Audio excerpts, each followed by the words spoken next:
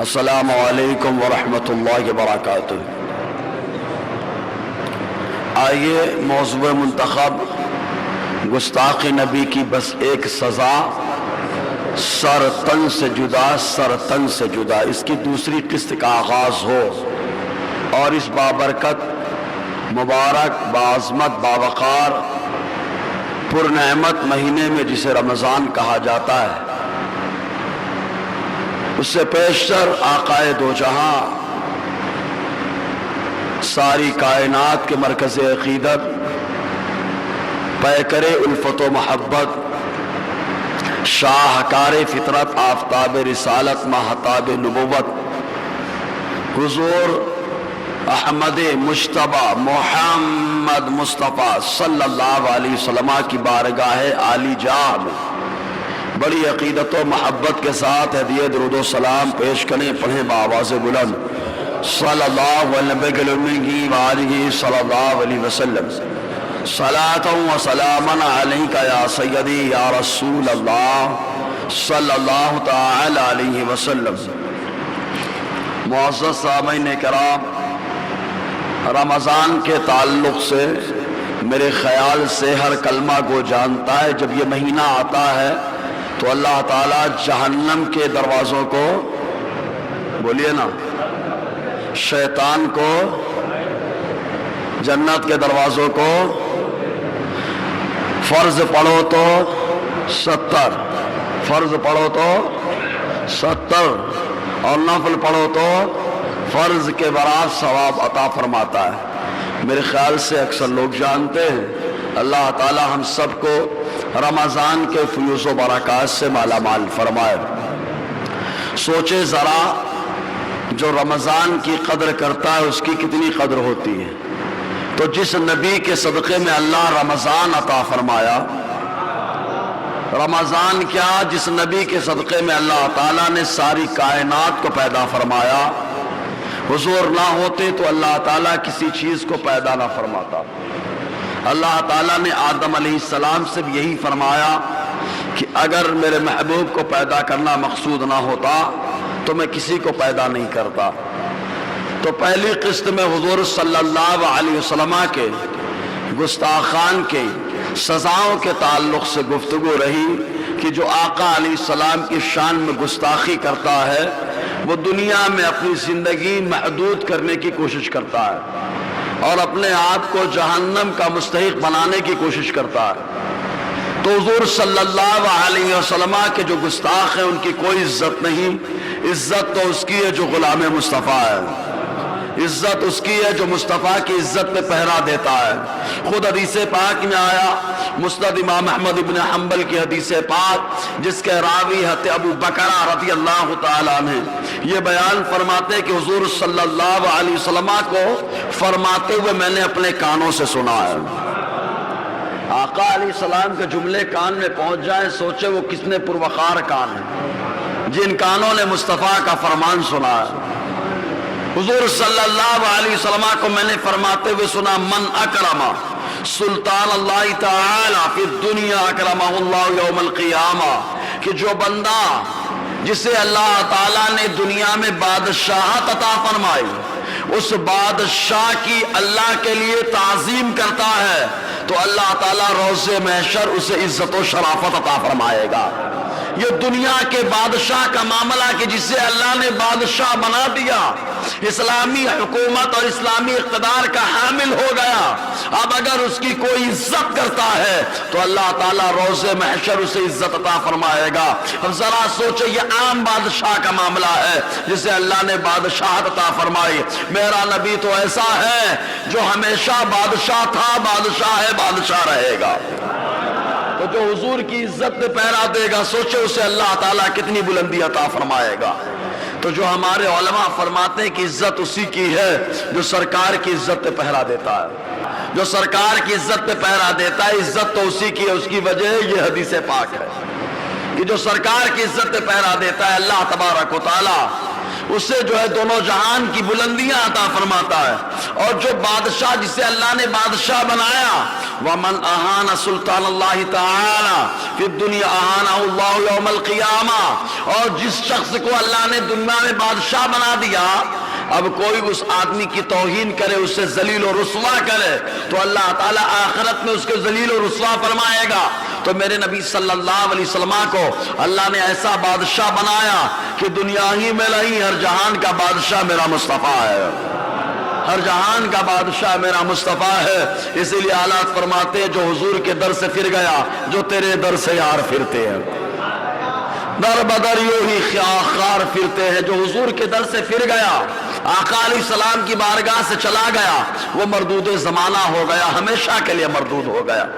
تو حضور صلی اللہ علیہ وسلم کی عزت پر پہرا دینے والا دنیا لاکھ ذلیل کرنے کی کوشش کرے، لاکھ چاہے کہ وہ ذلیل و رسوا ہو جائے، لیکن مصطفیٰ کی عظمت پر پہرا جو دیتا ہے، عزت و ذلت کا مالک تو اللہ تعالیٰ ہے، جسے چاہتا اسے عزت عطا فرماتا ہے. تو جو مصطفیٰ کی عزت پر پہرا دیتا ہے، خدا کی قسم اللہ تعالیٰ اس کی عزت میں 4 چاند لگا دیتا ہے. اور دنیا کے لیے عزت کرنا، دنیا کی بادشاہ کی عزت کرنا یہ الگ بات ہے، مصطفیٰ کی عزت کرنا یہ تو کمال کی بات ہوتی ہے. حضور صلی اللہ علیہ وسلم کی شان میں جو گستاخی کرے، نازیبہ کلمہ بولے، بتایا گیا کعب بن اشرف کا معاملہ، بتایا گیا ابو رافع کا معاملہ. ان لوگوں نے حضور صلی اللہ علیہ وسلم کو اذیت پہنچائی تھی، تکلیف دی تھی، تو حضور صلی اللہ علیہ وسلم نے ان کو قتل کرنے کے تعلق سے صحابہ کی جماعت کو روانہ فرمایا تھا. زور سے بولو نا یار. مطلب مسلمان اگر کچھ کاٹتا بھی ہے تو خالی اس لیے کہ مصطفیٰ راضی ہو، اور کسی کو جوڑتا ہے تو خالی اس لیے کہ مصطفیٰ راضی ہو. مصطفیٰ کو خوش کرنے کے لیے جوڑتا بھی ہے، مصطفیٰ کو خوش کرنے کے لیے توڑتا بھی ہے. اور جو مصطفیٰ کے خوش کرنے کے لیے کرتا ہے، دنیا میں لاکھ مخالفت ہو جائے، قبر میں پہنچتے ہی اللہ تعالیٰ برکتوں کا نزول فرماتا ہے. تو مصطفیٰ کے لیے جو کرنا وہ کمال کی بات ہے. صحابہ نے یہ نہیں دیکھا کہ دنیا کیا کہے گی، لوگ کیا کہیں گے، ماحول کیا بن جائے گا، کیسا ماحول ہوگا، کیا ہوگا. صحابہ کو اس کی پرواہ نہیں ہے، پرواہ ہے تو خالی اس بات کی کہ مصطفیٰ کیسے خوش ہوتے ہیں، مصطفیٰ کیسے راضی ہوتے. دیکھیں ایک صحابی ہیں حضرت اکرمہ رضی اللہ تعالی عنہ بیان فرماتے ہیں. ایک صحابی، ابو داؤد شریف کی حدیث پاک، یہ صحابی نابینا تھے. کیا تھے؟ نابینا. ایک نابینا صحابی اور ہیں جو عثمان بن حنیف کی روایت میں آیا ہے. نابینا صحابی، ہمارے یہاں نابینا کا علاج ڈاکٹر بھی نہیں کر پاتا، ڈاکٹر بھی نابینا کا علاج نہیں کر پاتا. ترمذی شریف اور معجم صغیر کی حدیث پاک، عثمان ابن حنیف کہتے ہیں کہ نابینا صحابی حضور کی بارگاہ میں آئے اور آنے کے بعد عرض کرتے ہیں سرکار دعا کریں اللہ تعالیٰ بینائی عطا فرما دے. ڈاکٹر بھی علاج نہیں کر پاتا ہے، وہ صحابہ آقا کی بارگاہ میں وہ صحابی آ کے کہتے ہیں کہ دیکھ نہیں پاتا ہوں لیکن آپ کرم کریں گے تو دیکھ لوں گا. ڈاکٹر جب ایک دم جواب دے دیتے ہیں، ڈاکٹر ایک دم مبہوت ہو جائیں، تو وہاں پہ حقیقت میں جسے اللہ نے حکیم بنایا اس کی حکمت کام آتی ہے. مصطفیٰ جان رحمت صلی اللہ علیہ وسلم کی بارگاہ میں عرض کیا، آقا نے فرمایا تم کہو تو دعا کر دوں، اور اگر تم صبر کر لو تو تمہارے لیے بہتر ہو جائے. تم کہو تو دعا کر لوں. یار جملہ دیکھو آقا کا، ان شئت ادعو لک، اگر تم چاہو تو میں دعا کر دوں، اور اگر تم چاہو تو صبر کر لو، یہ تمہارے لیے بہتر ہو. اب ظاہر سی بات ہے جو دنیا نہ دیکھا ہو تو یہی کہے گا. میں تو کہوں گا وہ صحابی ہے، دنیا کو دیکھنے کے لیے بینائی نہیں مانگ رہے ہیں، وہ تو بینائی اس لیے مانگ رہے ہیں کہ آنکھ آ جائے مصطفیٰ کا جلوہ دیکھ لوں. جس مسلمان نے دیکھا انہیں ایک نظر، اس نظر کی بصارت پہ لاکھوں سلام. تو آقا علیہ السلام نے اس سے کی بارگاہ میں عرض کیا دعا فرما دیں. تو حضور نے فرمایا میں چاہتا تو میں ہی دعا کر لیتا، اب تمہاری زبان میں اتنی پاور آ گئی، تم دعا کرو اللہ بینائی عطا فرمائے گا. مصطفیٰ نے ایک صحابی کی زبان کی اہمیت سمجھائی. ترمذی اور معجم صغیر کے حدیث پاک راوی عثمان ابن حنیف رضی اللہ تعالی، آقا نے فرمایا جاؤ وضو کرو، 2 رکعت نماز پڑھو اور میرے وسیلے سے دعا کرو. یہ پاگل لوگ وسیلے کی قدر کیا جانے، وسیلے والا وہی جانتا ہے جو مصطفیٰ والا ہوتا ہے. سمجھے کہ نہیں آپ؟ آقا علیہ السلام نے فرمایا میرے وسیلے سے، حدیث کے الفاظ ہیں دعا کے الفاظ ہیں، وہ گئے 2 رکعت وضو بنائے، 2 رکعت نماز پڑھی، حضور کے وسیلے سے دعا کی. یہ پاگل کہتے ہیں شرک ہے. شرک ہو تو دعائی قبول نہ ہو، شرک ہو تو دعائی قبول نہ ہو. جہاں شرک ہے، کفر ہے، گناہ ہے، کبیرہ ہے، صغیرہ ہے، وہاں پہ دعا قبول نہیں ہوتی. انہوں نے مصطفیٰ کے وسیلے سے دعا کیا. نماز پڑھنے کے بعد اللہ تبارک و تعالیٰ نے کی بارگاہ میں پہنچے تھے، نابینا تھے، دعا سے فارغ ہوئے، اللہ تعالیٰ نے بینائی عطا فرما دی ہے، بینائی عطا فرما دی. دیکھتے ہوئے مصطفیٰ کی بارگاہ میں آئے، حضور صلی اللہ علیہ وسلم کی بارگاہ میں. تو یہ نابینا صحابی ہیں. ان کی ایک باندی تھی جو ام ولد تھی. ام ولد اس باندی کو کہا جاتا ہے جس سے آقا ملاقات کرے اور اس کے شکم سے کسی بچے کی ولادت ہو جائے تو اس کو ام ولد کہا جاتا ہے. تو وہ ام ولد، وہ صحابی نابینا، ان کی ایک ام ولد. اس کا معاملہ کیا تھا؟ وہ حضور کی شان میں نازیبہ کلمہ ہمیشہ بولتی تھی، ہمیشہ بکواس بکتی تھی، ہمیشہ بکواس کرنا، خالی بکواس کرتی رہتی تھی. یہ منع کرتے تھے تو مانتی نہیں تھی، پھٹکارتے تھے تو احساس نہیں ہوتا تھا. فلما کانت ذات اللیلہ، ایک رات میں ام ولد اپنی حرکتیں دکھانا شروع کر دی. جعلت تقع النبی صلی اللہ علیہ وسلم وتشتمہ، حضور صلی اللہ علیہ وسلم کو اس نے نازیبہ کلمہ بکنا شروع کر دیا. رات کا وقت ہے، رات نے بکنا شروع کر دیا. ہم لوگ ہوتے ابھی رات کی بات ہے، جانے دو، سویرا ہوگا تو دیکھا جائے گا. ان صحابی کی غیرت ایمانی نے جوش مارا. میرے گھر میں رہتی ہے، میری ام ولد ہے، اگرچہ میری ام ولد ہے، میرے لڑکے کی ماں ہے، اگرچہ میری باندی ہے، میری خدمت کرتی ہے، لیکن مصطفیٰ کی گستاخ ہے. آقا کی شان میں نازیبہ کلمہ بکتی ہے. فاخذ المغزل، اٹھا لیا مغول، چاقو لے لیا، اور لینے کے بعد فوضعه فی بطنها، اس کے پیٹ نے مارا، اور ایسا مارا کہ ساری آنتیں باہر آ گئیں. فقتلها، اسے وہیں پہ ختم کر دیا. اس کے پیٹ میں بچہ تھا، بچے کی بھی وہیں پہ پیٹ سے باہر آ گیا، خون میں لت پت ختم ہو گئی. سویرا ہوا، حضور صلی اللہ علیہ وسلم نے مسجد نبوی میں سارے صحابہ کو جمع کیا. مقدمہ چلا، اب کس نے مارا، کون مارا، رات کے سناٹے میں کسے کیا خبر. حضور صلی اللہ علیہ وسلم نے خالی ایک جملہ فرمایا، انشر اللہ رجلا فعل ما فعل لعلیہ حق الا حق. حضور صلی اللہ علیہ وسلم نے سویرے لوگوں کو جمع کر کے ارشاد فرمایا، اللہ کا واسطہ، مصطفیٰ چاہتے تو خود بتا دیتے، لیکن حضور نے فرمایا طریقہ کار کیا ہوتا ہے، طریقہ کار کو دیکھنا ہے. حضور نے فرمایا اللہ کا واسطہ ایسے آدمی کے بارے میں جس نے یہ کیا ہے، اس کے اوپر میرا یہ حق بنتا ہے کہ وہ آ کر خود بتا دے. فقام الاعمى يتخطى الناس وهو يتزلزل حتى قعد بين يدي النبي صلی اللہ علیہ وسلم. وہ نابینا صحابی کھڑے ہوئے، بدن پہ کپکپاہٹ طاری ہے، اور یہ کپکپاہٹ اس لیے نہیں گھبرا رہے ہیں، کپکپاہٹ اس لیے کہ مصطفیٰ کی بارگاہ میں جا رہے ہیں، آقا کی بارگاہ میں، حضور کی بارگاہ میں پہنچ رہے، بدن پہ کپکپاہٹ طاری ہے. یہاں تک کہ آئے حضور کے سامنے بیٹھ گئے، کر کے تمہارے گناہ. آقا علیہ السلام کی بارگاہ میں بیٹھے، حضور صلی اللہ علیہ وسلم کی بارگاہ میں کہا، یا رسول اللہ انا صاحبها، جس باندی کا رات میں قتل ہو گیا، مار دیا گیا، اس باندی کا مالک میں ہوں. کانت تشتمک وتقع فیک، اور میں نے اس لیے اس سے مارا ہے کہ یہ آپ کی گستاخی کرتی تھی.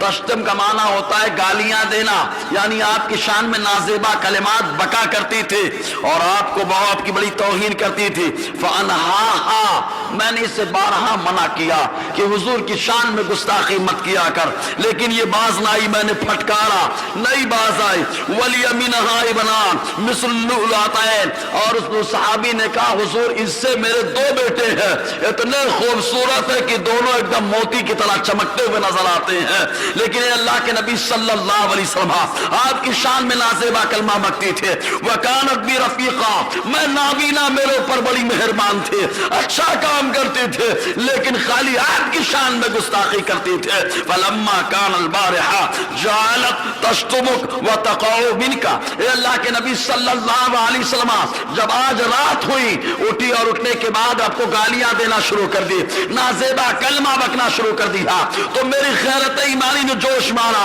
میں نے چاقو اٹھایا اور اٹھانے کے بعد اس کے پیٹ میں دے دیا اور اس کو ختم کر دیا.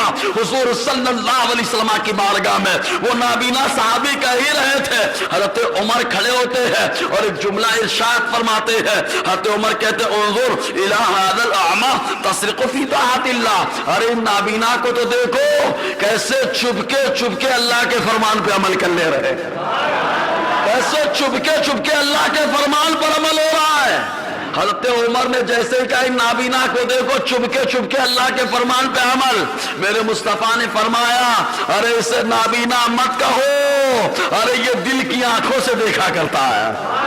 رسول نے فرمایا دل کی آنکھوں سے دیکھتا ہے تبھی تو فیصلہ کر لیا. حسن یوسف پہ کٹی مصر میں انگشت سنا, سر کٹاتے ہیں تیرے نام پہ مردان عرب. حضور صلی اللہ علیہ وسلم نے صحابہ کی موجودگی میں دیکھیں اگر اسلامی قانون یہ ہے اگر کوئی بندہ کسی کو قتل کر دے تو قصاص کے طور پر معاملہ درپیش ہوتا ہے, لیکن اس گستاخہ کو اس صحابی نے جہنم پہنچایا تو آقا نے سارے صحابہ کی موجودگی میں اقرار کروا کے کیا فرمایا, الا اے لوگوں سن لو, اشہادو گواہ ہو جاؤ, ان دمہا حضرون, ارے یہ خاتون میری شان میں نازیبہ کلمہ کہتی تھی, اس کا قصاص نہیں لیا جائے گا, بدلہ نہیں لیا جائے گا, اس کا خون رائیگا ہے. مطلب جو نبی کا گستاخ ہے اسلامی نقطۂ نظر سے اگر کوئی اس کو قتل کرتا ہے تو مباح الدم ہوتا ہے, واجب القتل ہوتا ہے, اور واجب القتل کو جہنم پہنچانے والا خدا کی قسم مصطفیٰ کی بارگاہ میں مقبول ہوا کرتا ہے. کبھی تو حضور صلی اللہ علیہ وسلم نے فرمایا اس خاتون کا اعتبار نہیں ہوگا, گئی تو گئی. ایک دوسری بات میں آیا معلوم ہے حضرت علی فرماتے ہیں, حضرت علی کرم اللہ وجہ الکریم, باب العلم ہے نا, زور سے بولو نا یار, باب العلم ہے نا, حضرت علی کرم اللہ وجہ الکریم, حضرت علی کرم اللہ وجہ الکریم. ابو داؤد شریف کی حدیث پاک ہے یہ بھی, حدیث نمبر 4362. ایک یہودیہ تھی, اور یہودی لابی ہمیشہ کام کرتے, یہی لوگ شرارت کرتے ہیں, ان کے اوپر پابندی ہو جائے پوری دنیا میں امن و سکون ہو جائے گا. جو ان کی سوچ کے مالک ہے ان کے اوپر پابندی ہو جائے سارے معاملے ختم ہو جائیں گے. لڑاؤ حکومت کرو کے فارمولے پہ یہی لوگ عمل کرتے ہیں. تو یہودیہ خاتون تھی, کانت تشتم النبی صلی اللہ علیہ وسلم, یہ بھی حضور کی شان میں نازیبہ کلمہ بکا کرتی تھی. تو ایک صحابی تھے, انہوں نے سن لیا کہ آقا علیہ السلام کی شان میں نازیبہ کلمہ بک رہی ہے. انہوں نے یہ نہیں دیکھا کہ اتنے صحابہ ہیں کوئی چلے جائیں گے کوئی کام کر دیں گے. ایک صحابی نے سن لیا, خالی کان میں آواز گئی کہ مصطفیٰ کی شان میں گستاخی ہے. گئے اس کے گھر میں, فقلا کہا, اس کے گردن کو دبا دیا, گلا گھونٹ دیا, حتی ماتت, یہاں تک کہ اس یہودیہ کا انتقال ہو گیا. جب اس کا انتقال ہو گیا تو ہنگامہ کھڑا ہو گیا کہ یہ کیا معاملہ ہے. یہ لوگ تو بولتے ہیں ہم لوگوں نے امن اور سلامتی کا پیغام دیا ہے, اسلام تو امن کا ذہن دیتا ہے, اسلام امن و شانتی کا پیغام دیتا ہے, اسلام جو ہے بھائی چارے کا پیغام دیتا ہے, اور یہ تو یہودیہ خاتون کو مار رہے ہیں. لیکن ان نالائقوں کو یہ نہیں معلوم, بلا شبہ اسلام امن کا ذہن دیتا ہے, بلا شبہ اسلام سلامتی کا ذہن دیتا ہے, لیکن اس وقت دیتا ہے جب انصاف کرنے والا عمر فاروق جیسا کوئی خلیفہ موجود ہو. انصاف کرنے والا عمر فاروق جیسا کوئی خلیفہ موجود ہو جائے تو بلا شبہ اسلام امن و سلامتی کا ذہن دیتا ہے. اور اگر گستاخیاں شباب پر ہو جائے تو پھر تو حضرت عمر کا تیور اپنانے والے غلام بھی ہوتے ہیں. حضرت علی رضی اللہ تعالیٰ عنہ فرماتے ہیں اس یہودیہ کو وہیں پر ختم کر دیا.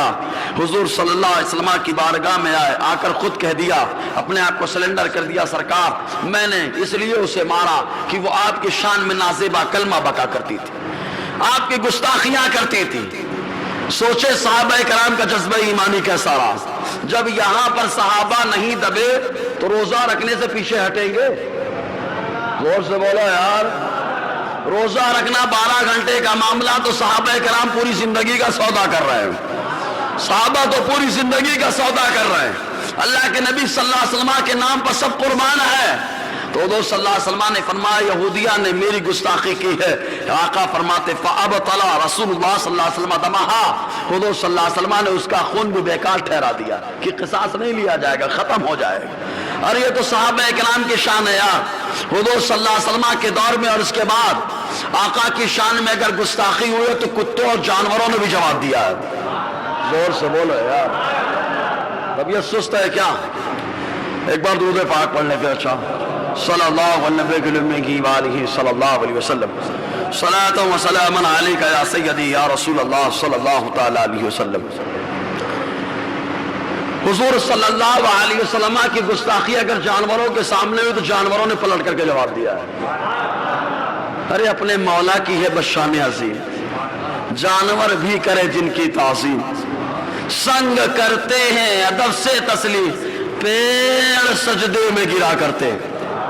یہ آقا کی شان ہے، جانوروں نے جواب دے دیا۔ سوچے جانوروں کا عشق کتنا شباب پہ ہے، ان کے اندر آقا علیہ السلام کی عزت کتنی زبردست ہے۔ غزوہ احد کے موقع پر حضور صلی اللہ علیہ وسلم پر ایک نالائق نے وار کیا، جس کی وجہ سے آپ کا دندان مبارک کٹ گیا تھا، خون نکلنے لگا، ہونٹ پھٹ گیا، خون نکلنے لگا۔ اور حضور صلی اللہ علیہ وسلم کا عالم یہ تھا کہ جب خون نکلا، وار ہوا، تو اللہ کے نبی صلی اللہ علیہ وسلم اچھا حضور نے ذہن بھی دیا کیا میدان کارزار میں اترے ہو تو میرے طریقے پہ آؤ، اگر میں چاہتا تو روحانیت کا استعمال کر لیتا۔ حضور چاہتے تو اشارہ کرتے، تلوار وہیں پہ ٹیڑھی میڑھی ہو جاتی، تلوار وہیں پہ موم بتی ہو جاتی، ایک دم ختم۔ لیکن آقا علیہ السلام نے فرمایا راہ خدا میں نکلا ہوں۔ حضور اللہ کی راہ میں نکلے ہیں، جہاں صحابہ آقا علیہ السلام کا ذرا سا خون بہا، صحابہ کرام وہاں پر اپنی جان کی بازی لگانے کے لیے تیار رہے، کیونکہ مصطفیٰ کے نام پر سب فدا کرنے کے لیے تیار رہے۔ تو حضور صلی اللہ علیہ وسلم کا جب ہونٹ پھٹ گیا، دانت کٹ گیا، تو ایک گڑھا تھا پتھر کا گڑھا احد کی پہاڑی پر، حضور صلی اللہ علیہ وسلم اس میں اتر گئے۔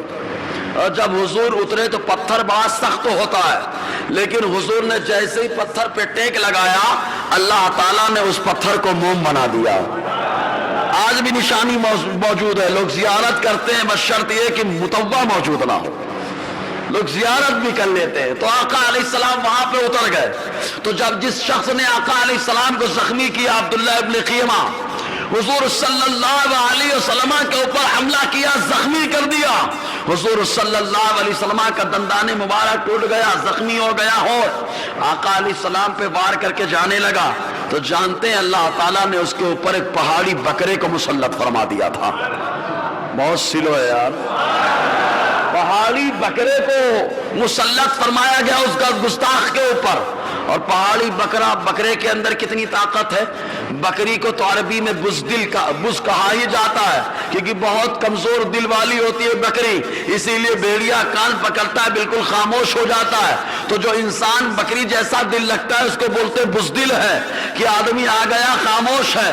لیکن اللہ تبارک و تعالیٰ جب کرم فرماتا ہے تو جو بزدل ہوتا ہے، بز ہے، کمزور ہے، لیکن اللہ تبارک و تعالیٰ اپنے محبوب کی عظمت کو پہرا دینے کے لیے کھڑا کرتا ہے، تو وہی کمزور کو اللہ تعالیٰ طاقتور بنا دیا کرتا ہے۔ اس بکرے کو جو پہاڑی بکرے کو مسلط کیا گیا اس کے اوپر، تو پہاڑی بکرے نے اپنے سینگ سے مارنا شروع کیا، سینگ سے مارتا رہا، مارتا رہا، مارتا رہا، اور مارتے مارتے جب اس کی جان نکل گئی، جب جان نکل گئی تو بکرے نے آسمان کی طرف سر اٹھا کر کے اپنی انداز میں آواز نکالی۔ فقہا فرماتے کہ بکرے نے آواز نہیں نکالی تھی، خوشی میں نعرے تکبیر کو بلند کیا تھا، اللہ تبارک و تعالیٰ کی عظمت کا اقرار کیا تھا۔ ذرا سوچے، گویا کہ بکرے نے ذہن دے دیا، ارے جان مانگو تو جان دیں گے، مال مانگو تو مال دیں گے، مگر یہ ہم سے نہ ہو سکے گا، نبی کا جاہو جلال دے دیں۔ تو بکرے نے بتا دیا۔ تو اس طریقے سے اللہ تبارک و تعالیٰ نے بکرے کو گستاخ رسول پر مسلط فرما دیا، اس کے اندر غیرت کو پیدا فرما دیا۔ جو کمزور ہوتا ہے اللہ تعالیٰ اسے بھی طاقتور اور مضبوط بنا دیا کرتا ہے۔ یعنی ایک موقع وہ آیا، معلوم ایک عیسائی پادری تھا، جب تاتاریوں کا دورہ تھا، تاتاریوں نے بڑا ہنگامہ پوری دنیا میں بپا کر رکھا تھا، بڑا ہنگامہ پوری دنیا میں تماشا، بغداد کو تو ایک دم تہہ تیغ کر دیا تھا۔ اسی دور میں ایک عیسائی پادری تاتاری فوجی موجود ہیں، ایک عیسائی پادری تقریر شروع کرتا ہے۔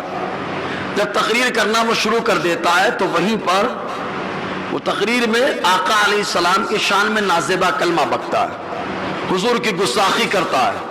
ایک تاتاری فوجی ہے، اس کا ایک کتا ہے جو وہیں پر رسی سے بنا ہوا تھا. جب اس نے گستاخی کی اور آقا علیہ السلام کے شان میں نازیبا کلمہ بکا تو اس کتے کی وفاداری نے اس کو ابھارا. کتے نے جو ہے زور لگایا جس کی وجہ سے رسی کو توڑ ڈالا اور توڑ کر کے اس پادری پہ حملہ کر دیا. پادری پر حملہ کر دیا. فوجی موجود تھے، فوجیوں نے پکڑا اور پکڑ کر کے اس کتے کو پھر لے جا کر کے باندھا اور پادری سے کہا سارے فوجیوں نے کہ تم نے قابل احترام ذات کی شان میں گستاخی کی ہے اور اس گستاخی کو کتے نے بھی گوارا نہیں کیا، اس لیے رسی توڑا کر کے وہ تمہارے اوپر حملہ ہو گیا، حملہ آور ہوا. تو پادری نالائق بات بناتے ہوئے کیا بولتا ہے؟ ارے نہیں نہیں، معاملہ ایسا نہیں ہے، ان کی شان میں ہم نے گستاخی نہیں کی، ہم نے حقیقت بتایا ہے. ویسے آج کے دور میں لوگ بڑا حقیقت بتانے کا شوق چل رہا رہتا ہے کہ میں نے حقیقت بتایا. کچھ جگہ حقیقت بتانا بے ادبی ہوتی ہے. جیسے ماں کو اگر کوئی آدمی حقیقت کے طور پر کہے کہ باپ کی جورو، باپ کی زوجہ، تو خراب لگے گا، حالانکہ حقیقت بتا رہا ہے. تو حقیقت کبھی کبھی گستاخی پر محمول کی جاتی ہے. تو اس نالائق پادری نے کہا کہ ہم نے کچھ نہیں کیا، ہم نے تو حقیقت بتایا ہے. اس کتے کا معاملہ تو ایسا ہے کہ جب میں نے ہاتھ ہلا ہلا کر کے تقریر کرنی شروع کی تو یہ کتا سمجھ رہا تھا کہ میں نے اس کے اوپر حملہ کر دیا ہے، اپنی حفاظت کے واسطے رسی توڑ کر میرے اوپر حملہ آور ہوا. اس نالائق نے یہ تعویل کی. نو سپاہیوں کو تو سمجھ میں آ ہی گیا تھا کہ معاملہ کیا تھا، مان دیا. پھر کہا ٹھیک ہے، اچھا گفتگو کریں. پادری پھر تقریر شروع کرتا ہے تو حضور کی گستاخی شروع کی. پھر کتے کی وفاداری نے اس کو ابھارا، بلفظ دیگر کتے کی خیرت نے اسے ابھارا کہ جس نبی کے صدقے ساری کائنات بنی ہے، اس نبی کے صدقے اللہ نے مجھے بھی پیدا فرمایا، حضور صلی اللہ علیہ وسلم کی شان میں گستاخی کر رہا ہے. اس کتے نے رسی کو توڑ ڈالا. کتا رسی توڑ نہیں پاتا، لیکن جب اللہ تبارک و تعالیٰ اسے اپنے محبوب کی عظمت کا محافظ بنا دے، آقا کی عظمت پر پہرا دینے والا بنا دے، تو رسی بھی توڑتی ہے، زنجیریں بھی توڑتی ہے، پابندیاں بھی ختم ہوتی ہیں، سب کچھ ختم ہو جاتا ہے. اس کتے نے رسی کو توڑایا اور توڑانے کے بعد سپاہیوں نے بڑا پکڑنا چاہا، لیکن اس عیسائی پادری کے ڈائریکٹ گردن پہ حملہ کر دیا، نرے کو منہ سے دبا لیا. جب تک اس کے بدن سے روح نکل نہیں گئی کتے نے اسے چھوڑا نہیں. گویا کہ کتے نے بتا دیا تو انسان وفادار ہو نہ ہو، لیکن ہم کتے ہو کر کے آقا کی عظمت پر پہرا دینے والے ہیں، ہم مصطفیٰ کی عظمت پر پہرا دینے والے ہیں. ذرا سوچے اللہ کے رسول صلی اللہ علیہ وسلم کی شان میں جب بھی گستاخی ہوئی ہے، اگر انسان نے جواب نہیں دیا تو اللہ تعالیٰ نے جانوروں کو کھڑا کر دیا ہے، جانوروں کو کھڑا کر دیا، جانوروں نے پلٹ کر کے جواب دیا ہے، جانوروں نے پلٹ کر کے وار کیا. ایسے ہی ایک موقع اور آیا تھا، عتبہ سبھی جانتے ہیں، ہمارے یہاں چل پڑا تھا بہت تیز میں. اگر سنی بتائیں کہ گستاخ سے نکاح نہیں ہوتا، چاہے وہ قادیانی ہو چاہے رافضی ہو، تو لوگ بڑی شرارت کرتے ہیں کہ حضور کی بیٹیاں تو ابو لہب کے 2 بیٹے کے نکاح میں تھی. ارے بابو، پہلے کا معاملہ تھا یہ. بعد میں سورہ ممتحنہ کی جب آیتیں نازل ہوئی تو کافر سے نکاح کی اجازت نہیں دی گئی تھی. بہرحال تو حضور صلی اللہ علیہ وسلم نے رد فرمایا، ایمان کا اظہار فرمایا، آپ نبی ہونے کا اعلان فرمایا، اسلام کا پیغام دیا. تو مخالفت کرنے کے لیے کوئی اور نہیں آیا تھا، گھر ہی سے آئے تھے لوگ. ابو لہب کے بیٹے ہی آئے تھے. ابو لہب نے مخالفت کی، اس کے بیٹے آئے. ایک بیٹا آیا عتبہ، حضور صلی اللہ علیہ وسلم کے شان میں آ کر کے نازیبا کلمہ بکتا ہے اور دھمکیاں دیتا ہے اور آقا کی بارگاہ میں تھوک کر کے چلا جاتا ہے.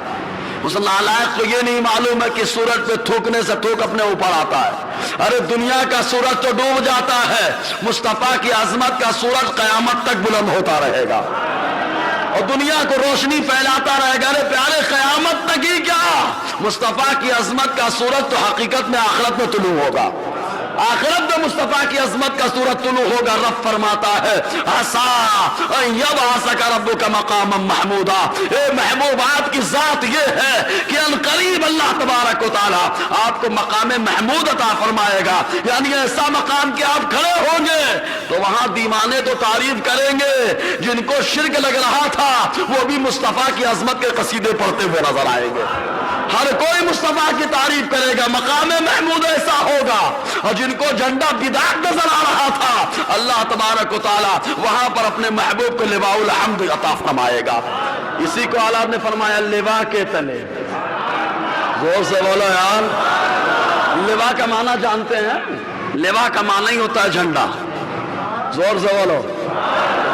یہاں پہ جھنڈا بدعت نظر آیا، وہاں کا جھنڈا لواء کے تلے ثنا میں کھلے، رضا کی زباں تمہارے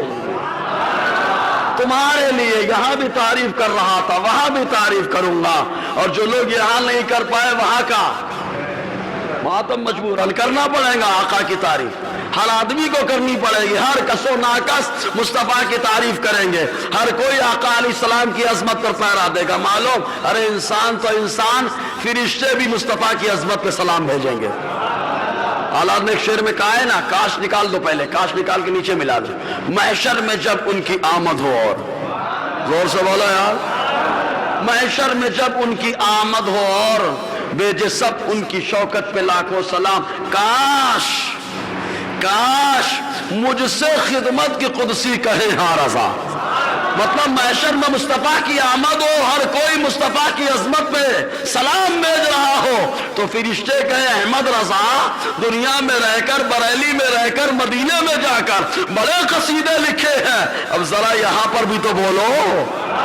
حالات فرماتے پھر میں کہوں گا کھڑے ہو کہ مصطفیٰ جان رحمت پہ لاکھوں سلام۔ یہ آقا علیہ السلام کی عظمت ہے۔ حضور صلی اللہ علیہ وسلم کی شان میں گستاخی کر دی ہے۔ حضور صلی اللہ علیہ وسلم کی زبان سے جملہ نکلا، اے اللہ اپنے کتوں میں سے ایک کتے کو اس کے اوپر مسلط فرما، اپنے کتوں میں سے ایک کتے کو مسلط فرما۔ دنیا جانتی ہے سفر میں جانے سے ڈرتے تھے، معلوم، کیونکہ مصطفیٰ نے کہا کچھ تو ہو ہی جائے گا، تھے کافر لیکن مصطفیٰ کی زبان پہ بھروسہ بڑا زبردست تھا، یقین تھا کہ انہوں نے کہا تو ہو کر کے رہے گا۔ آج کا کلمہ گو کیسا سمجھ رہے کہ نہیں آپ، کیسا ہو گیا، وہاں پہ گستاخ ہے پھر بھی بھروسہ اتنا زبردست، انہوں نے کہا ہو کر کے رہے گا۔ معلوم ہے ایک مقام ہے زرقا، سفر میں جا رہے ملک شام، تو ان لوگ وہاں پہ بہت زیادہ شیر مشہور تھے کہ یہاں شیر بہت رہتے، اور رات میں کسی کو بھی چیڑ پھاڑ ڈالتے۔ شیر دیکھو، شیر کو کیا سمجھتا ہو، تو گوشت چاہیے، چاہے اس کا ہو چاہے اس کا ہو، لیکن شیر کو بھی معلوم ہے کس کی حفاظت کرنی ہے، کس کو کھانا ہے۔ غور سے بولو نا یار، اب اس سے ایک نکتہ بھی نکلے گا، شیر کو بھی معلوم ہے کس کی حفاظت کرنی ہے، کس کی نہیں کرنی۔ تو شیر کا معاملہ ایسا، وہاں پر پہنچے تو پہنچنے کے بعد چاروں طرف قافلے والوں کا بستر لگا، اس کو بامبو لگا کے سب کے سامان رکھ کر کے اوپر لٹایا گیا ہے، لوگ لیٹے ہوئے، بیچ میں اوپر لیٹا ہوا ہے، سمجھ رہا ہے کہ بچ جائیں گے، لیکن یہ نہیں سمجھتا ہے کہ مصطفیٰ نے کہا ہے، اور سمجھ رہے تھے کہ مصطفیٰ نے کہا تبھی تو لٹا رہے ہیں اوپر۔ رات ہوئی، آ گیا شیر، سونگتے ہوئے لوگوں کو سونگتا رہا، کسی پہ حملہ آور نہیں ہوا، چڑھ گیا اوپر، اس کو چیڑ پھاڑ ڈالا، چلا گیا۔ گویا کہ شیر نے ذہن دے دیا کہ کون گستاخ ہے ہم اس کی بھی بو جانتے ہیں، اور کون آقا کا عاشق ہے ہم اس کی بھی خوشبو پہچانتے ہیں۔ ازالت الخفا کے اندر شاہ ولی اللہ محدث دہلوی نے لکھا، فرماتے کہتے عمر رضی اللہ تعالیٰ عنہ اپنے دور خلافت میں ایک وادی میں اکیلے لیٹے ہوئے تھے، آرام کر رہے تھے، جن کی وجہ سے قیصر اور کسرا پریشان تھے، وہ عمر رضی اللہ تعالیٰ اکیلے لیٹے ہوئے ہیں۔ آ گئے دو گستاخ، ان لوگوں نے موقع پایا کہ عمر لیٹے ہوئے سو رہے ہیں، عمر کا کام تمام ہو جائے گا تو مسلمانوں کا معاملہ ختم ہو جائے گا، سارا معاملہ ختم ہوگا، ڈرنے کی ضرورت نہیں پڑے گی۔ ان لوگوں نے تلوار کو نکالا ہے، اللہ تبارک و تعالیٰ نے حفاظت کرنے کے واسطے شیر کو بھیج دیا ہے، شیر حضرت عمر کی حفاظت کے لیے آیا۔ ارے حضرت سفینہ کو کون نہیں جانتا یار، بہت سلو بولتے یار، حضرت سفینہ کے نام پہ ہونا چاہیے نا۔ سفینہ مانے ہوتا ہے جہاز تو پہلے سامان زیادہ لادا جاتا تھا، تو انہوں نے کیا کیا، ایک دن پورا آقا علیہ السلام کا سامان لے لیا، اپنے اوپر رکھ لیا۔ آقا نے مسکرا کر کے دیکھا، ارشاد فرمایا تم تو میرے سفینہ ہو، یعنی میرا سامان تم رکھنے والے ہو۔ ایک جنگ میں گئے، مشکات کی حدیث پاک اسد الغابہ کے اندر بھی، الخصائص الکبریٰ کے اندر بھی ہے، جنگ میں گئے، راستہ چھوٹ گیا، الگ ہو گئے۔ میں کہتا ہوں کہ راستہ بھٹکے نہیں ہے، بھٹکتا تو وہ ہے جو اور ہوتا ہے۔ مصطفیٰ کے دیوانے جدھر سے نکل جاتے ہیں اللہ تعالیٰ اس کو جنت کا نشان بنا دیتا ہے۔ تیرے غلاموں کا نقش قدم ہے راہ خدا، تو آقا کے غلام ہیں، ان کا نقش قدم راہ خدا ہے۔ نکل گئے، ایک روایت میں آیا کہ وہ جا رہے تھے، گر گئے دریا میں بہتے ہوئے، جنگل میں نکل گئے، جنگل میں گئے تو سامنے شیر آئے، نکل کے آیا شیر، اور جب شیر آیا تو لوگوں میں کپ کپی تاری ہو جاتی ہے، گھبراہٹ کا عالم، لیکن غلام مصطفیٰ ہے۔ آقا علیہ السلام کے صحابی ہیں، ڈرے ہوئے، ڈٹے ہوئے ایسے کھڑے ہو کہے ابو الحارث، ابو الحارث شیر کی کنیت ہے، کہے ابو الحارث تجھے معلوم ہے میں مصطفیٰ کا سفینہ ہوں، میں مصطفیٰ کا جہاز و سفینہ ہوں، آقا نے مجھے اپنا سفینہ بتایا۔ وہی شیر جو آ کر کے دہاڑ رہا تھا، دنیا سمجھ رہی تھی کہ اپنے اعتبار سے دہاڑ رہا تھا، لیکن غلام یہ سمجھ رہا تھا کہ صحابی کی آمد پر استقبال کے نعرے بلند کر رہا تھا۔ اس شیر نے دہاڑا، اس کے بعد دم دبایا، شیر آگے آگے آتے، سفینہ پیچھے پیچھے جنگل سے باہر نکال کے چلا گیا۔ گویا کہ شیر نے بھی بتا دیا کہ جو گستاخ ہوتا ہے اس کی بو بھی ہمیں نظر آتی ہے، اور جو عاشق ہوتا ہے، جس راہ سے چلا جاتا ہے، اس کی خوشبو سے ہم لوگ بھی مالا مال ہو جاتے ہیں۔ تو اس طریقے سے اللہ تبارک و تعالیٰ نے گستاخان کے اوپر جانوروں کو بھی مسلط فرمایا۔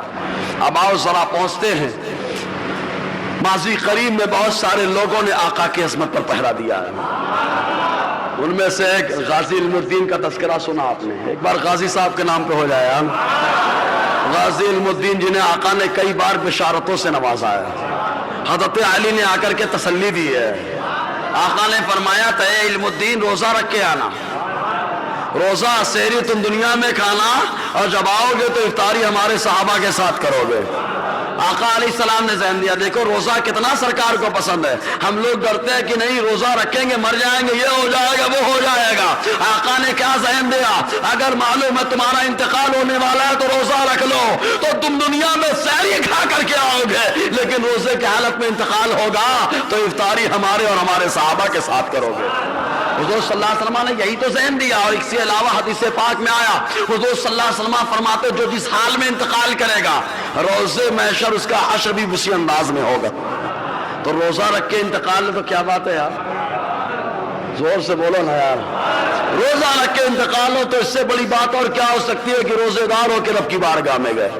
ارے بدر کے موقع پہ بہت سارے صحابہ کرام روزہ رکھ کر کے میدان میں اترے ہیں، روزہ رکھ کر کے میدان میں اترے۔ مصطفیٰ نے اختیار بھی دیا تھا کہ تمہیں اختیار ہے، چاہو تو رکھو چاہے تو نہ رکھو، لیکن اکثر صحابہ کرام وہ رہے کہ جنہوں نے کہا مصطفیٰ کو جانا ہے، آقا علیہ السلام کی عظمت پر پہرا دینے کے لیے آئے۔ تو بہرحال تو روزے کی بڑی شان ہے۔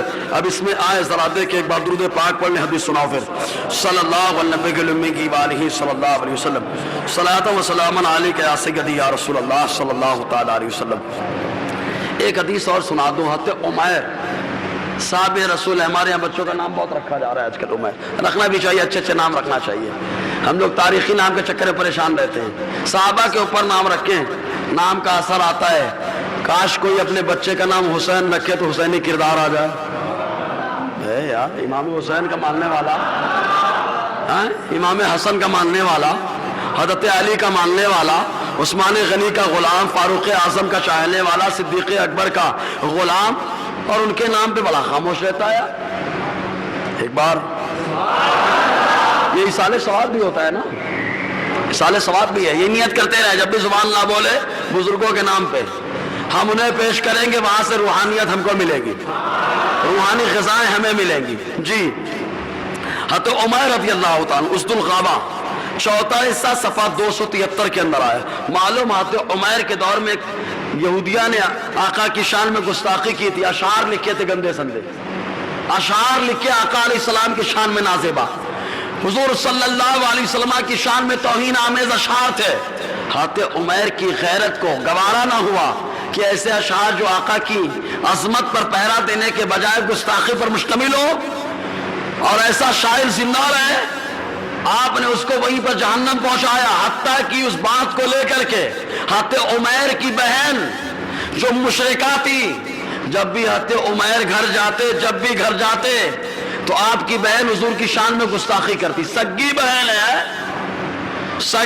ہے، جب بھی گھر جاتے گستاخی کرتی، گھر سے نکلتے گستاخی کرتی. برداشت کرتے رہے تو عمر رضی اللہ تعالیٰ. ایک دن نکل کے آقا کی بارگاہ میں آنے لگے تو آپ کی بہن نے آزت ہوا شتمت النبی صلی اللہ علیہ وسلم وکانت مشرکہ. حضور کو اس نے ایذا پہنچائی، تکلیف دی اور گالی دیا آقا علیہ السلام کی شان میں. وہ مشرکہ تھی. حضرت عمیر کی غیرت نے گوارا نہ کیا، آپ نے تلوار اٹھا لی. سگی بہن اور تلوار اٹھا لی. اب صحابہ کرام کے ان تمام باتوں کو، ان انداز کو لوگ بیان ہی نہیں کرتے. بیان کرے تو خالی بولے ایک ہی پہلو لے کر کے آ رہے ہیں. ارے صحابہ کرام نے امن و سلامتی کا پیغام بھی دیا ہے اور بدن کو اور معاشرے کو اچھا بھی بنایا ہے، لیکن جہاں نالائق ہوا ہے اس کا آپریشن بھی کیا ہے.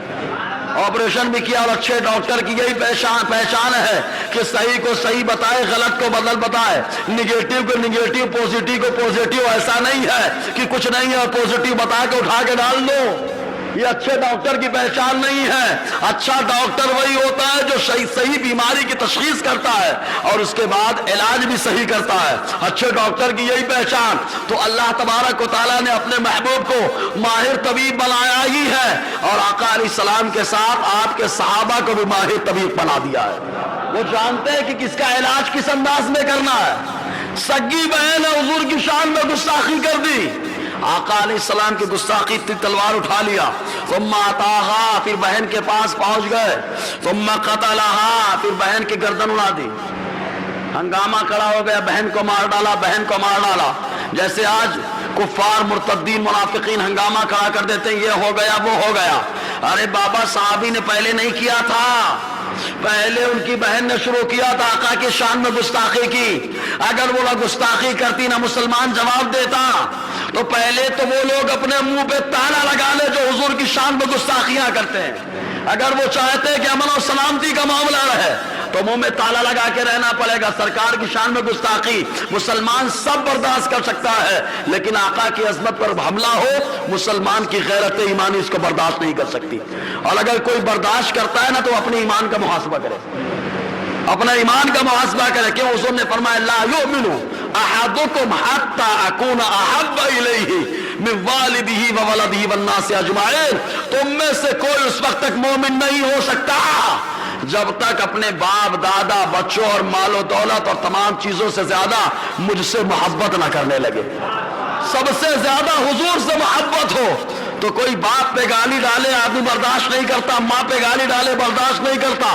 اب ماں باپ جن کی عظمت پہ قربان، اس نبی کی عظمت پر حملہ ہو مسلمان برداشت کرے، مطلب وہ اپنے ایمان کا محاسبہ کرے. اس کا ایمان کمزور ہو گیا.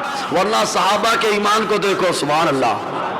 آقا کی عظمت میں مرنا بھی جانتے ہیں اور مارنا بھی جانتے ہیں، سب کچھ جانتے ہیں صحابہ کرام. جی انہوں نے اپنی بہن کو قتل کر دیا. بہن کے بچے چھوٹے چھوٹے. انہوں نے چلانا شروع کر دیا اور معاملہ آقا علیہ السلام کی بارگاہ تک پہنچا.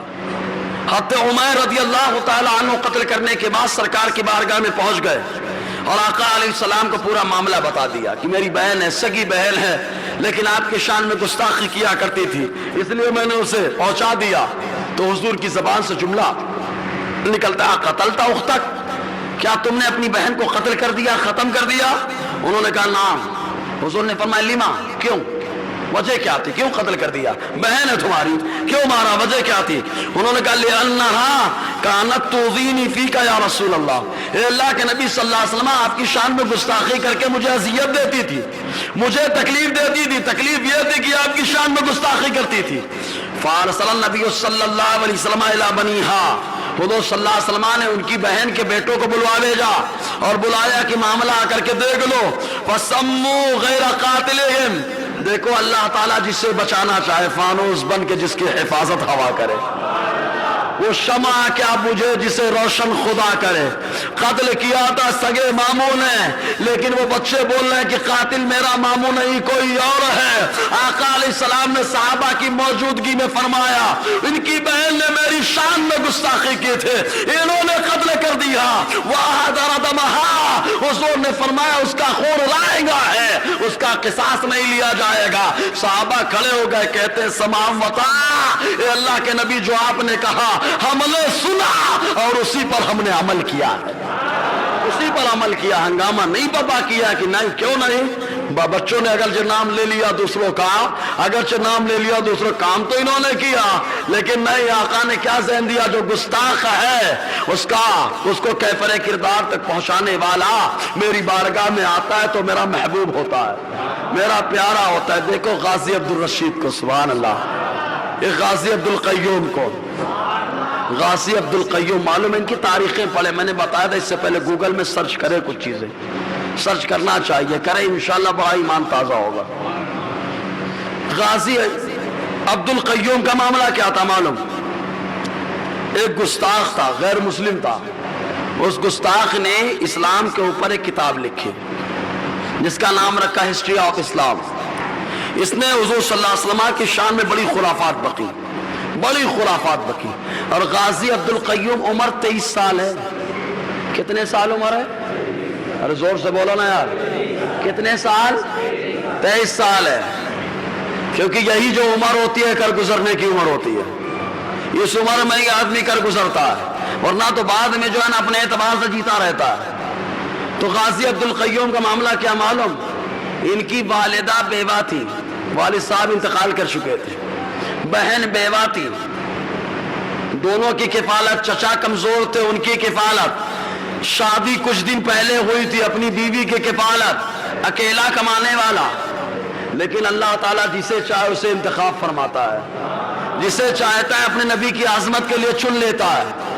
تو اس نالائق نے جس کا نام ناتوران تھا، اس نے اسلام کی تاریخ پہ جو کتاب لکھی، آقا علیہ السلام کی شان میں خرافات بکی، اور خرافات بکی جب حضور صلی اللہ علیہ وسلم کی گستاخیاں کی، تو غازی عبدالقیوم ایسی مسجد میں آتے تھے، امام صاحب کی تقریریں سنتے تھے، اور سننے کے بعد جب انہوں نے یہ سنا کہ حضور صلی اللہ علیہ وسلم کی شان میں گستاخی کی اس نے کی ہے، تو ایک جملہ بڑا تاریخی آپ نے فرمایا تھا۔ آپ نے وہیں پر کہا مسجد کے صحن کے اندر، میں نے اللہ سے عہد کیا کہ اس گستاخ کو جہنم واصل کر کے اللہ تعالیٰ کی زمین کو اس ناپاک سے میں پاک کر دوں گا، اس ناپاک سے اللہ کی زمین کو پاک کر دوں گا، اور انہوں نے وہی کیا، اس کو جو ہے ختم کر دیا، اور ختم کرنے کے بعد جہنم پہنچانے کے بعد خود جو ہے محکمے کے حوالے اپنے آپ کو کر دیا، اور محکمہ انگریزی محکمہ اس وقت معاملہ تھا، تو قلندر لاہوری ڈاکٹر اقبال کے پاس لوگ پہنچے، ڈاکٹر اقبال کا بڑا اثر و رسوخ تھا، قلندر لاہوری کے پاس لوگ پہنچے، تو جانتے ہیں لوگوں نے کیا کہا؟ کہا کہ غازی عبدالقیوم کے بارے میں یہ افواہ ہے کہ انہیں شہید کر دیا جائے گا، انہیں سزائے موت دی جائے گی، پھانسی کی سزا ہوگی۔ آپ ایسا کریے، وائسرائے سے بات کر کے غازی عبدالقیوم کے بارے میں گفتگو کر کے ان سے یہ کہیں کہ اس پھانسی کی جو سزا ہے اس کو عمر قید کی سزا میں تبدیل کر دیں۔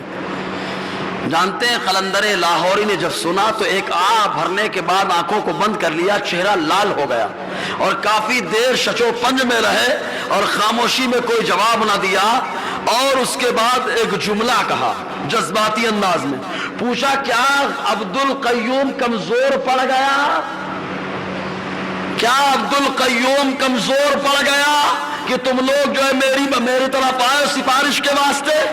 کیا غازی عبدالقیوم کمزور پڑ گیا؟ تو لوگوں نے کہا نہیں، بلکہ وہ تو اسے خوشبختی سمجھتا ہے کہ اللہ کے نبی کے نام پہ تختہ دار پہ چڑھ جاؤ، اپنی خوشبختی سمجھتا ہے وہ۔ تو ڈاکٹر اقبال کا چہرہ کھل اٹھا۔ ڈاکٹر اقبال کوئی معمولی شخص ہے؟ بابا جان قلندر لاہوری کہا کرتے تھے، زور سے بولو یار، زبردست آدمی یار، اشعار پڑھو تو ایمان تازہ ہو جائے جی۔ تو ڈاکٹر اقبال کا چہرہ کھل اٹھا اور بولے، جب وہ کہہ رہا ہے کہ میں نے شہادت خرید لی ہے، میں نے شہادت خرید لی ہے، تو میں اس کے اجر و ثواب کی راہ میں کیسے رکاوٹ بن سکتا ہوں؟ کیا تم یہ چاہتے ہو کہ میں ایسے مسلمان کے لیے وائسرائے سے منت و سماجت کروں جو زندہ رہے تو غازی ہے اور پھانسی پہ چل جائے تو شہید ہے؟ کتنا زبردست جملہ کہا تھا ڈاکٹر صاحب نے. اندازہ لگائے غازی عبد القیوم، بڑی عظمت اور ان کے جنازے کی بڑی تاریخ رہی ہے. ایک غازی عبد الرشید تھے، سبحان اللہ. غازی عبد الرشید جن کا تعلق ہندوستان ہی سے رہا ہے، ہندوستان کے گاؤں سے رہا ہے. وہاں پر بھی حضور صلی اللہ علیہ وسلم کی شان میں گستاخی کی گئی. دلی جا کر کے انہوں نے انتظام کیا. غازی عبد الرشید نے انتظام کرنے کے بعد حضور صلی اللہ علیہ وسلم کے اس گستاخ کو، ایک آریہ سماج کا آدمی تھا، اس نے گستاخی کی تھی. پہلے تو سب یہ والے کرتے رہے، اب یہ والے کر رہے ہیں، دونوں کرنے لگے. سمجھے کہ نہیں آپ؟ یہ والے اور یہ والے، دونوں والے، دونوں گستاخی کر رہے ہیں. دیکھو گستاخی کے معاملے میں یہ نہیں دیکھا جائے گا کہ کلمہ پڑھتا تھا یا نہیں پڑھتا تھا. جو گستاخ ہے نبی سے جو ہو بیگانہ. زور سے بولو یار، نبی سے جو ہو بیگانہ، چاہے ٹوپی والا ہو چاہے چوٹی والا ہو. جو گستاخ ہے تو گستاخ ہے، اس سے کوئی کمپرومائز نہیں. کیا روزے محشر، یہ حدیث پاک میں حضور نے فرمایا مرنے کے بعد آدمی اسی کے ساتھ ہوگا جس سے وہ دنیا میں محبت کرتا رہا ہوگا. تو گستاخ سے اگر آپ محبت کرتے، میل ملاپ رکھتے تو اس کے ساتھ محشر میں رہیں گے. اور اگر ان سے نفرت کرتے، آقا کے عاشقوں سے محبت کرتے ہیں تو روزے محشر عاشقوں کی جماعت میں جائیں گے. جب عاشق مصطفیٰ کی بارگاہ میں ترانے گنگنائیں گے، ان کے صدقے میں اللہ تعالی ہمیں بھی گنگنانے کا موقع عطا فرمائے گا. سمجھے نا؟ اس لیے فیصلے بڑے سمجھداری کے ہونے چاہیے. جی تو غازی عبد الرشید نے اس آریہ کو جو ہے جہنم رسید کر دیا. آپ کو بھی پکڑا گیا، اور کوئی دوڑا کے تلاش کر کے نہیں پکڑا گیا، خود اپنے آپ کو جا کر کے سلنڈر کر دیتے تھے. اپنے آپ کو انہوں نے حوالے کر دیا. غازی عبد الرشید میرات المناجی 5ویں حصے کے اندر ان کی تعلق سے بڑی اچھی باتیں لکھی. چنانچہ جب آپ کو سزا دی گئی کہ پھانسی پہ آپ کو چڑھا دیا جائے گا، تو آپ بڑے اچھے انداز میں جب گئے تختے دار پر، تو جو پھانسی کا پھندا تھا اس پھانسی کے پھندے کو لیتے اور لے کر کے چوم لیتے ہیں. کیوں چومتے ہیں؟ عقل حیران ہوتی ہے، لیکن عشق بولتا ہے کہ اسی پھانسی کے صدقے مصطفیٰ کا جلوہ ملنے والا ہے. اس تختے دار کے صدقے میں اللہ عظمتیں عطا فرمانے والا ہے. چوم لیا. چومنے کے بعد آپ نے ایک آیت کریمہ کی تلاوت کی، کل من علیہا فان، اس روئے زمین پر جتنی چیزیں سب فنا ہو جائیں گی. وَيَبْقَى وَجْهُ رَبِّكَ ذُو الْجَلَالِ وَالْإِكْرَامِ، اور جو باقی رہے گا وہ ہمارا پروردگار ہے، ہمارا اللہ باقی رہے گا. گویا کہ علامہ کفایت علی کافی علی رحمہ کے ترجمانی کے اور بتا دیا کوئی گل باقی رہے گا نہ چمن رہ جائے گا، پر رسول اللہ کا دین حسن رہ جائے گا. اطلس و کم خواب کی پوشاک پر نازانا ہو، اس تنے بے جان پر خاکی کفن رہ جائے گا. اور جو پڑے گا صاحب لولاک پر دل سے دور، آگ سے محفوظ اس کا تن بدن رہ جائے گا. اس کی ترجمانی غازی عبد الرشید نے قرآن کی آیت کریمہ پڑھ کر کے کی ہے. اور ایسے حضور کی شان میں جو بھی گستاخ رہے، معلوم ہے ایک نے تو خالی حضور کا خط پھاڑا تھا. پرویز بادشاہ نے، آقا علیہ السلام نے خط بھیجا تھا. خط بھیجا، حضور کا خط لیا، پھاڑ دیا. وہ لوگ غور کریں جو قرآن کی بے حرمتی کرتے ہیں اور اپنے آپ کو بہت کچھ لگا رہے ہیں. وہ لوگ غور کریں جو آقا کی شان میں نازیبہ کلمہ بولتے ہیں. پرویز نے کیا کیا معلوم؟ خالی حضور کا خط پہنچا، پھاڑ دیا. حضور صلی اللہ علیہ وسلم نے رب کی بارگاہ میں دعا کی، اے اللہ جس طریقے سے اس نے میرے خط کے ٹکڑے ٹکڑے کر دیے، اے اللہ اس کی حکومت اور اس کے ٹکڑے ٹکڑے فرما دے. مصطفیٰ جلدی کسی کے لیے دعائیں بد نہیں کرتے، لیکن جب مصطفیٰ کی زبان کھلتی ہے تو اجابت کا صحرا، عنایت کا جوڑا. دلال بل کے نکلی دعائے محمد، یہ مصطفیٰ کریم صلی اللہ علیہ وسلم کی دعا کا معاملہ. آقا نے دعا فرمائی. اس دعا کا اثر کیا ہوا معلوم؟ پرویز کا بیٹا شیرویہ جو بڑا لالچی تھا، بڑا عیاش تھا اور زنا کا شوقین تھا، اس نے اپنے باپ کو خزانوں پر قبضہ کرنے کے لیے قتل کرا دیا. اپنے باپ کو مروایا جس نے مصطفیٰ کے خط کو پھاڑا. قتل کرنے والا خود اس کا بیٹا، قتل کر دیا. خزانوں کو اپنے قبضے میں لے لیا اور لینے کے بعد خزانے کا سب کھلوانا شروع کیا. ساتھ جانچ پڑتال شروع ہے، جانچ ہو رہی ہے، چیک کیا جا رہا ہے۔ چنانچہ ایک دوا اس کے سامنے آئی اور اس دوا پر یہ لکھا ہوا تھا یہ قوت مردمی کو بڑھاتی ہے، سمجھ رہے کہ نہیں، طاقت کو بڑھاتی ہے۔ تو چونکہ بدکاری کا شوقین تھا، زنا کا شوق رکھتا تھا، اس لیے اس نے اس کو کھایا، لیکن در حقیقت وہ زہر تھا۔ کھایا اور زہر کا اثر آیا، مر گیا، اور اس طریقے سے آقا علیہ السلام کے گستاخ کی نسل تباہ اور برباد ہوئی تھی۔ تو حضور صلی اللہ علیہ وسلم کی شان میں گستاخی کرنے والا ایک اور کھڑا ہوا تھا، جس نے کہا ان کے بیٹے زندے نہیں رہتے، ان کے بیٹے بچپنی میں انتقال کر جاتے ہیں، ان کی نسل کیسے چلے گی؟ تو اللہ تبارک و تعالیٰ نے فرمایا بیٹی فاطمہ دے دی ہے، اور فاطمہ کے صدقے تمہاری نسل چلنے والی ہے، نسل چلنے والی۔ ان شانیک هو الابتر، اے محبوب جو آپ کا گستاخ ہے، جس نے کہا آپ کی نسل نہیں چلنے والی، اس کی نسل ختم ہونے والی ہے۔ اور آپ کی نسل کا معاملہ تو یہ کہ میرے مصطفیٰ نے فرمایا قرآن اور میرے اہل بیت دونوں ساتھی ہیں، لن یتفرقا حتی یرد علی الحوض، یہ دونوں الگ نہیں ہوں گے یہاں تک کہ حوض کوثر پر جب امت کو جام پلا رہا ہوں گا وہاں قرآن بھی آ جائے گا، میرے اہل بیت بھی آ جائیں گے۔ تو آقا علیہ السلام کی جو شان میں گستاخی کرنے والے، کبھی اللہ نے جواب دیا ہے، کبھی صحابہ نے جواب دیا ہے، کبھی اللہ تعالیٰ نے جنہیں چن لیا ہے، چاہے وہ انسان ہو چاہے جانور، انہوں نے پلٹ کر کے جواب دیا۔ جب صحابہ آقا کے نام پر جان قربان کرنے کی طاقت رکھتے ہیں تو ہم تو مصطفیٰ کے نام پر کم سے کم روزہ رکھنے کی تو طاقت رکھتے ہی ہیں نا یار۔ اگر رکھتے ہیں تو ایک بار بول دے یار، مصطفیٰ کے نام پہ روزہ رکھنے کی طاقت ہے۔ اور کوئی سمجھے ہم کمزور ہیں، ہم نہیں رکھ پائیں گے، یہ ہوگا وہ ہوگا، ارے پیارے طاقت دینے والی ذات اللہ ہے۔ ہمارے اندر کھانے پینے سے طاقت کوئی سوچے نہیں آتے، ورنہ وہ 3 دن کا بھوکا پیاسا کربلا کا شہسوار اکیلے میدان کارزار میں ڈٹا، تو طاقت دینے والی ذات کون؟ اللہ کی ذات ہے۔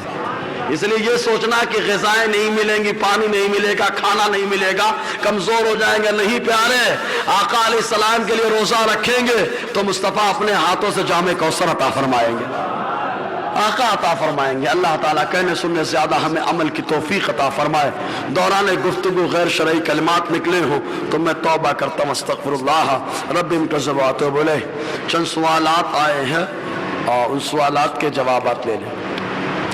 پہلا سوال یہ کہ رمضان المبارک میں شیاطین قید کر لیے جاتے ہیں، لیکن دیکھا گیا ہے کہ رمضان میں لوگ خوب گالی گلوچ جھگڑا وگڑا کرتے ہیں، تو جھگڑا تو شیطان کی وجہ سے ہوتا ہے۔ اچھا شیطان تو قید ہو گیا لیکن نفس نہیں قید ہوا نا۔ ابلیس کو ورغلانے والا کون تھا؟ نفس تھا نا۔ ارے بولو نا یار، کون تھا؟ ورنہ ابلیس کو کون بہکائے گا؟ کون سا شیطان آ گیا تھا اس کے پاس؟ لیکن نفس ہے نا، نفس نے کہا تو آگ سے پیدا، یہ مٹی سے، مٹی نیچے جاتی ہے آگ اوپر، تو کیسے سجدہ کرے گا؟ تو دلیل قائم کرنے لگا، سمجھ آیا نا۔ تو شیطان تو قید ہو جاتے ہیں لیکن نفس کھلا ہوتا ہے۔ اب آدمی اگر کچھ غلط صلاح حرکت کر رہا ہے مطلب نفس کی وجہ سے کر رہا ہے، نفس اس کے بعد امارہ ہے، برائی کا حکم دینے والا ہے نفس، نفس کو کنٹرول میں کرے۔ نفس لوامہ وہ ہے کہ آدمی گناہ ہو جائے تو فوراً ملامت شروع ہو جائے، سمجھ میں آیا نا۔ تو شیطان قید ہو جاتے ہیں لیکن نفس کیا ہے؟ زور سے بولیے نا، آزاد ہے۔ نفس کیا ہے؟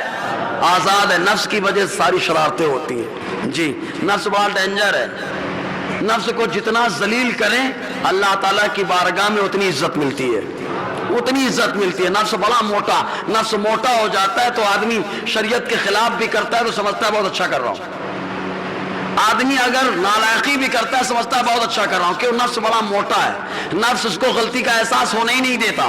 لیکن اگر نفس اچھا ہے، لوامہ ہے، مطمئنہ ہے، راضیہ ہے، مرضیہ ہے، معلوم یہاں پہ حضرت عبداللہ ابن عباس، حضرت عبداللہ ابن عباس جب پردہ فرما گئے، آپ کو کفن پہنایا گیا تو ایک پرندہ آیا اور آنے کے بعد آپ کے کفن میں داخل ہو گیا، اور داخل ہونے کے بعد ایک آیت پڑھ رہا ہے، یا ایتھا النفس المطمئنہ، اے مطمئن جان، ارجعی الی ربک راضیۃ مرضیہ، اپنے رب کی بارگاہ میں جا رہے ہو تو راضی اور خوشی سے جاؤ، اللہ کے نیک بندوں میں داخل ہو جاؤ، جنت میں تلاش کرو، تو یہ نفس مطمئنہ راضیہ مرضیہ کا حال ہے کہ اللہ تعالیٰ دنیا ہی میں جنت کا تمغہ عطا فرماتا ہے نا۔ دوسرا سوال یہ ہے، آنکھ میں دوا ڈالی، اس کا مزہ حلق میں محسوس ہوا تو روزہ باقی رہا یا نہیں؟ اگر نہیں تو کیا؟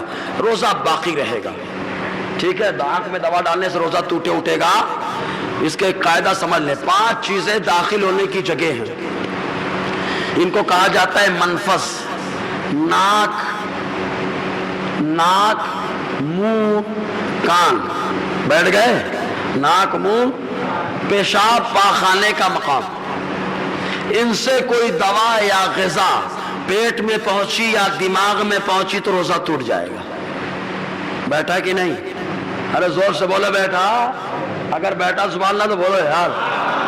منہ، ناک، کان، پیشاب پاخانے کے مقام، اس سے کوئی غذا، چاہے وہ پانی ہو، کھانا ہو یا جو بھی ہو، یا دوا دماغ میں یا پیٹ میں پہنچی تو روزہ کیا ہو جائے گا؟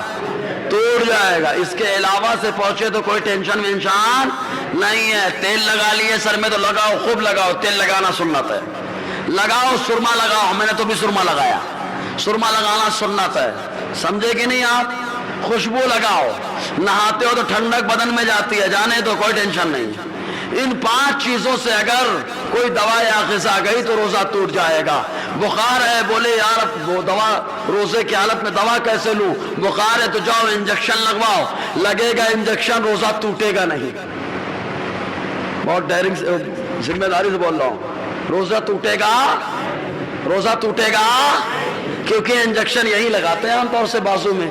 اب یہ کوئی منفذ بھی نہیں ہے، سمجھے نا؟ کوئی منفذ نہیں۔ منفذ تو کیا ہے؟ منہ، ناک، کان، پیشاب پاخانے کا مقام، ان سے کوئی دوا گئی، اگر ان کے ذریعے سے گلوکوز وغیرہ کا معاملہ ہوتا ہے تو روزہ جائے گا۔ اور ان 5 کے علاوہ سے کہیں سے کچھ جائے تو روزہ ٹوٹنے اٹھنے والا، روزہ ٹوٹنے اٹھنے والا، سمجھ میں آ گیا؟ ہاں، تو انجیکشن لگوائے تو بھی روزہ ٹوٹے گا۔ ہاں، اکثر دیکھا گیا کہ جب کسی خاتون کو تکلیف پہنچتی ہے، مصیبت آتی ہے تو کہہ دیتی ہے ہمارا ہی گھر ہے، اس میں مصیبت آئی ہے۔